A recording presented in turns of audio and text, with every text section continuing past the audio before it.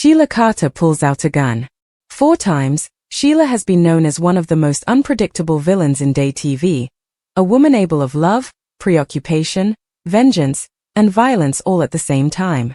When rumors begin to circulate that Sheila is formally again fortified and ready to defy the people she believes have betrayed her, the pressure across Los Angeles grows unsupportable.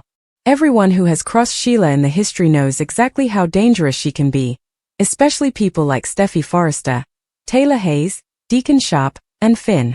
As whispers spread that Sheila has been pushed too far formally again, suckers begin asking the same intimidating question: who'll be standing in front of her when the detector is pulled? The scene begins late in the evening at Illinois Giardino, the quiet eatery possessed by Deacon Sharp, where the mood feels tense indeed before Sheila arrives. Cleric has been floundering with his passions about Sheila for weeks. Despite everything she has done, part of him still believes she deserves redemption, but another part of him fears that she'll no way truly change. Before that day, Deacon had an argument with Sheila after she learned that he'd been speaking intimately with Taylor Hayes. Sheila's covetousness incontinently exploded, and in her mind it came proof that Cleric was betraying her just like everyone differently in her life. As the night continues, Cleric stands behind the bar trying to calm his studies, ignorant that Sheila is formally hard, watching him from outdoors with rage burning in her eyes. Meanwhile, across city, Steffi Forrester is having a serious discussion with Finn at the Precipice House. Steffi has no way trusted Sheila, and she refuses to believe that the woman has changed. She warns Finn that Sheila's preoccupation with him will no way truly vanish. Finn tries to remain calm and hopeful, averring that perhaps his birth mama simply wants a chance to be accepted. But Steffi cannot ignore the history. She reminds Finn that Sheila has formerly hurt their family too numerous times. The memory of former violence still haunts her, and she fears another battle is ineluctable. At the same time, Taylor Hayes is visiting Cleric at Illinois Giardino to bandy commodity important. Taylor has lately begun to suspect that Sheila is getting unstable again, and she wants Cleric to understand the peril before commodity terrible happens. When Taylor walks into the eatery, Cleric is surprised but thankful to see her. Their discussion is serious and emotional, with Taylor explaining that Sheila's preoccupation with guarding her relationship with Cleric could push her into another violent outburst. Cleric tries to defend Sheila, arguing that she has been trying to change, but Taylor shakes her head. She knows Sheila's cerebral patterns too well. Outside the eatery, Sheila watches through the window as Deacon and Taylor speak nearly together. In her mind, the image confirms her worst fear, that Taylor is trying to steal Deacon down from her. The covetousness that has been stewing inside her suddenly boils over into willful rage. Sheila whispers to herself that she has been betrayed again, that everyone is conniving to destroy her happiness. At that moment she reaches into her bag and pulls out a small handgun. Her breathing becomes heavy as she gapes at the armament, nearly as if the gun itself is speaking to her darkest impulses. Inside Illinois Giardino, Deacon and Taylor continue their discussion, ignorant that Sheila has formally opened the door and stepped still into the eatery. The moment she appears, the atmosphere incontinently changes. Cleric notices her first, and the expression on her face sends a bite down his chine. Sheila's eyes are cold, her voice pulsing with wrathfulness as she asks why Taylor is there. Taylor tries to remain calm, but she can incontinently see that Sheila isn't allowing rationally. When Sheila sluggishly pulls the gun from her bag and raises it into the air, the entire situation becomes deadly serious. Cleric incontinently steps forward, telling Sheila to put the armament down before anyone gets hurt. But Sheila refuses to hear. She accuses Taylor of manipulating Cleric, of trying to turn everyone against her.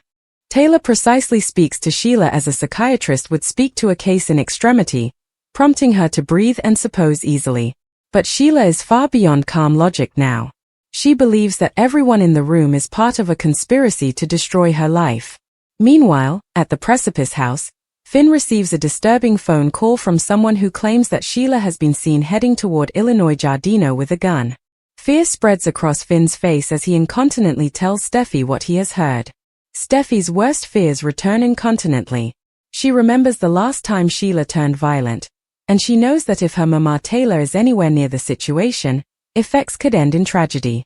Finn and Steffi rush out the door together, hopeless to reach the eatery before commodity terrible happens. Back at Illinois Giardino, The battle continues to escalate. Sheila begins crying about treason, about how everyone in her life ultimately abandons her. Cleric tries to sluggishly approach her, keeping his voice calm as he tells her that she isn't alone and that no bone is trying to hurt her. But Sheila's feelings are twisting out of control. When Taylor precisely steps forward to speak again, Sheila suddenly points the gun directly at her. The entire room freezes. Cleric stands between them, doubtful whether to move or stay still.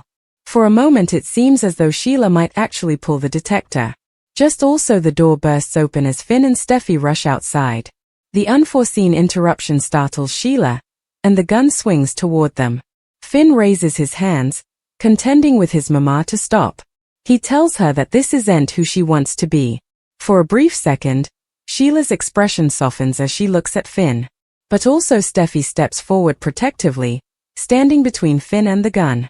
The pressure becomes unsupportable. Everyone is crying out formally. Deacon begs Sheila to suppose about the consequences, while Finn tries to reach the emotional connection he still believes exists between them. Taylor still warns everyone not to make unforeseen movements. The moment feels suspended in time, as if the entire future of these characters depends on the coming decision Sheila makes. But Sheila's mind is fractured by rage and heartache. She believes that every person in that room has betrayed her in some way. Her hand trembles as she grips the gun, and suddenly there's a loud bang that echoes through the eatery. For a moment no bone indeed understands what has happened. The sound of the projectile is followed by shocked silence. Someone has been hit, but the question remains who? The camera sluggishly reveals a figure collapsing to the bottom as the others scream in horror. Blood spreads across the bottom as fear erupts inside the eatery. The person who has been shot becomes the center of a heartbreaking scene that will change every relationship on the show ever. As exigency enchantresses approach in the distance, Sheila stands frozen, realizing that she has crossed a line that can no way be undone. In that single moment of violence, lives are shattered, alliances are destroyed, and the future of every character connected to Sheila Carter is thrown into chaos. Suckers of the bold and the beautiful are left stupefied, wondering whether the victim will survive and what consequences Sheila will face for this intimidating act. One thing is certain: after the projectile echoes through Illinois Giardino, nothing in the world of the bold and the beautiful will ever be the same again. The shocking battle continues to shoot swells of fear and chaos through everyone connected to the bold and the beautiful. Inside Illinois Giardino, the echo of the projectile still hangs in the air like an intimidating memory that refuses to fade. For a split second, nothing moves. Nothing breathes. Also the reality crashes down all at formally. A body collapses to the bottom, and the affrighted faces girding the scene realize that the agony they stressed has eventually come real. The gun remains in the pulsing hand of Sheila Carter, her eyes wide with shock, as if she cannot completely believe what she has just done. The person who has been shot faucets motionless for a moment before someone screams their name. It's Deacon Sharp. In the chaos of the battle, Deacon had stepped in front of the gun, desperately trying to stop Sheila from hurting anyone differently. When the armament fired, he was the one standing closest to her. Now he lies on the bottom, clinging his side as blood begins to spread through his shirt. The sight incontinently sends everyone into fear. "Cleric!" shouts Taylor Hayes as she rushes forward. Times of medical training kick in incontinently, and Taylor drops to her knees beside him. She presses her hands against the crack, trying to decelerate the bleeding while keeping her voice steady. Indeed, in this intimidating moment, she knows that fear could make effects worse. "Stay with me," Taylor says forcefully. "Cleric, look at me. Stay awake." Cleric tries to speak, but the pain makes it delicate. His eyes drift compactly toward Sheila. For a moment, the world feels strangely quiet between them. Despite everything that has happened, Deacon's expression isn't angry. It's sad. Deeply sad. Across the room, Finn gapes at his mama in unbelief.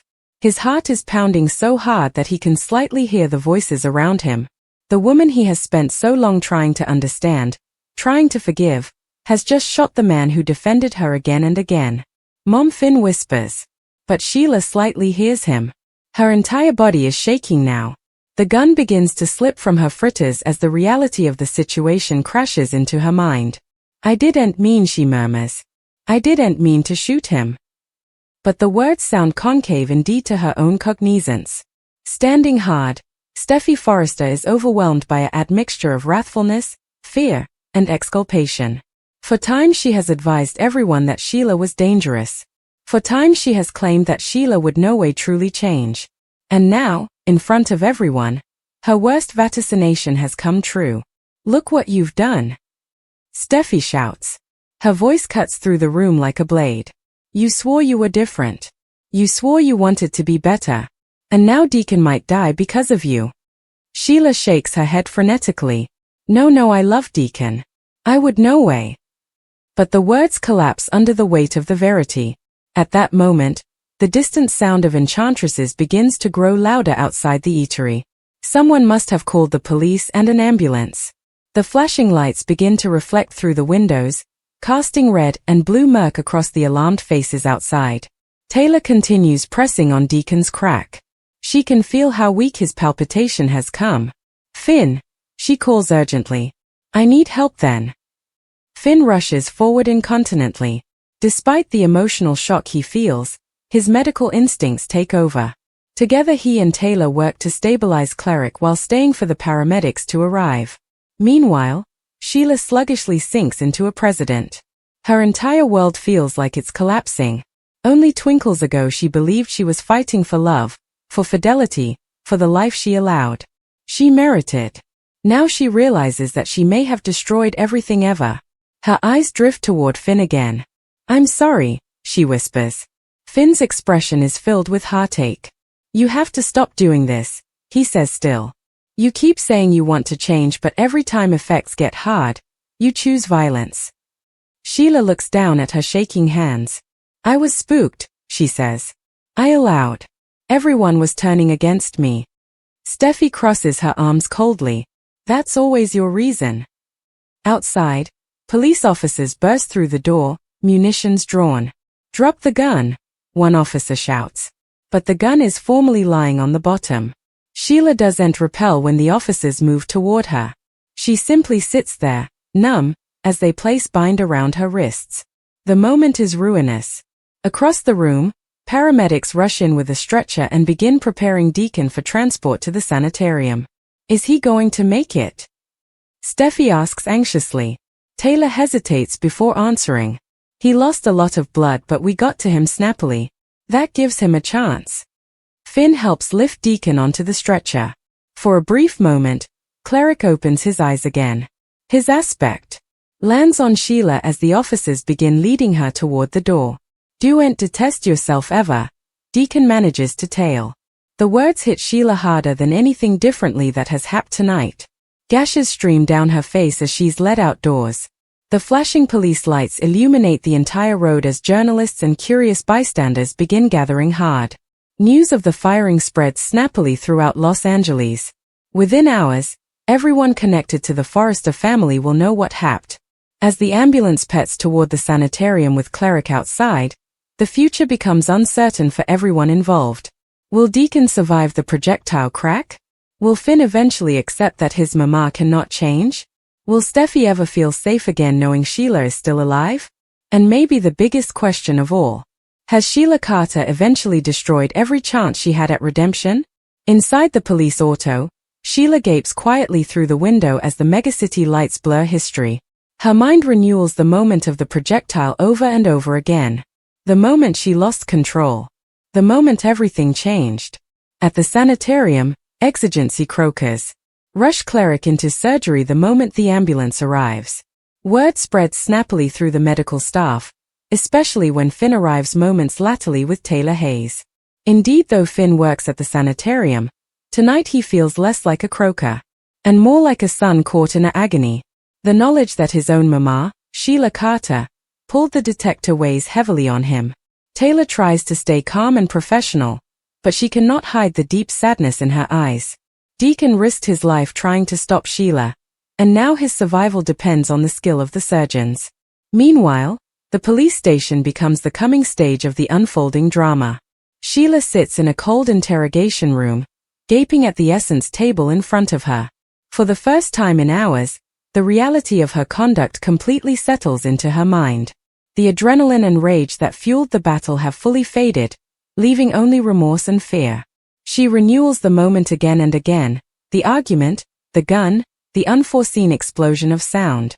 She no way truly intended to shoot Cleric. In her mind, she had only wanted to scarify the people she believed were betraying her. But intentions mean nothing now. Investigators begin questioning her about the firing. They ask why she brought the gun, why she brazened everyone at the eatery, and whether the firing was purposeful. Sheila's answers are emotional and haphazard. She insists it was an accident, that the gun went off during the chaos. But the officers remain skeptical. Sheila Carter has a long history of dangerous jest, and numerous people have suffered because of her conduct over the times. Back at the sanitarium, the waiting room sluggishly fills with familiar faces. News of the firing spreads through the Forrester family snappily. Rich Forrester arrives first, looking deeply concerned as he listens to Taylor explain what happened. Rich's expression darkens when he hears Sheila's name. "I knew she'd no way change," Rich says still. Soon later, Brooke Logan arrives as well. She incontinently hugs Taylor, offering support as the pressure grows in the waiting room. Brooke may have had her dissensions with Taylor over the times, but tonight none of that matters. A man's life is hanging in the balance. Steffi arrives shortly subsequently with gashes still in her eyes. The emotional weight of the evening is eventually catching up to her. She looks at Finn, who's standing quietly near the window, and gently touches his arm. Despite everything, she knows his suffering too. "I'm sorry," she says vocally. Finn shakes his head. "You advised me," he replies. "You advised all of us." The hours pass sluggishly, each nanosecond feeling like an eternity. Eventually, the doors to the operating room open and a surgeon way into the staying area. Everyone incontinently stands. "The surgery was delicate," the croaker says precisely, "but we were suitable to remove the pellet and stop the internal bleeding." The room holds its breath. "He's alive," the croaker continues. A surge of relief spreads through the group. Taylor closes her eyes for a moment in gratefulness, while Steffi exhales deeply. Indeed, Finn looks overwhelmed with emotion.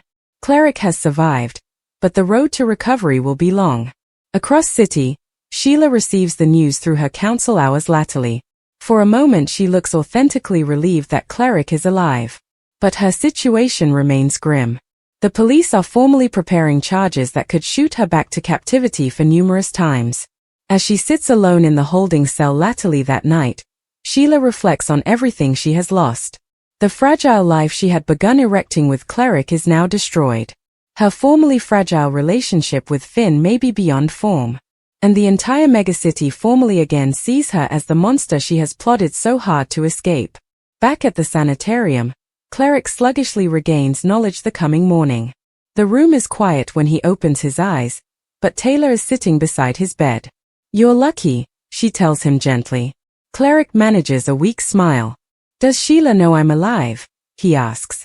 Taylor hesitates before answering. "Yes."